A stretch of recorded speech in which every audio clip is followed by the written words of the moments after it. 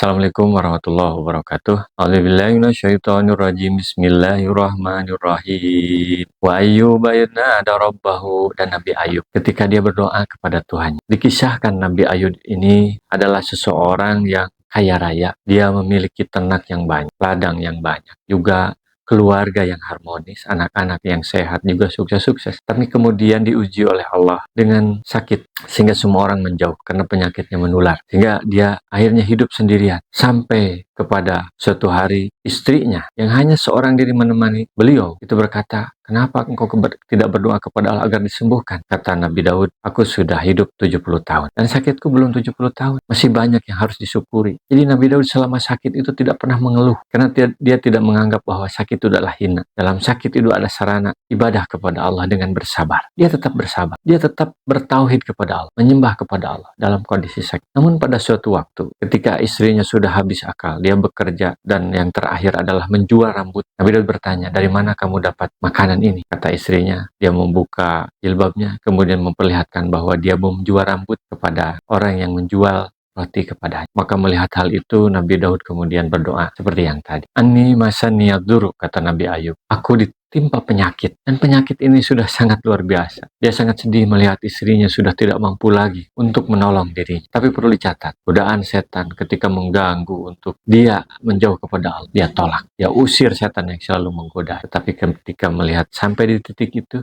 dia berdoa kepada Allah. Jadi doa itu adalah sesuatu yang bisa mengubah semua. Sehingga optimislah ketika terjadi masalah. Berdoalah kepada Allah. Ini yang dilakukan oleh Nabi. Wa anta arhamur rahim. Dan Kau adalah yang maha penyayang di antara semua yang penyayang.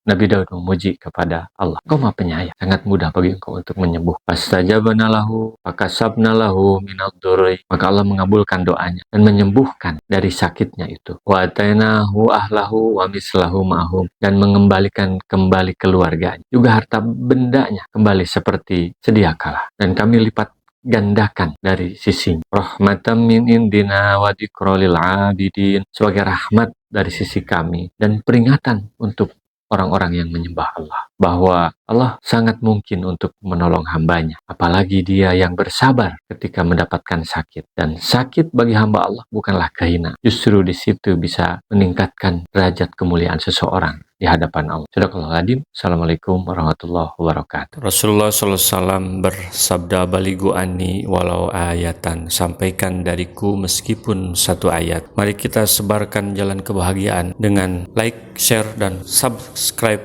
channel ini.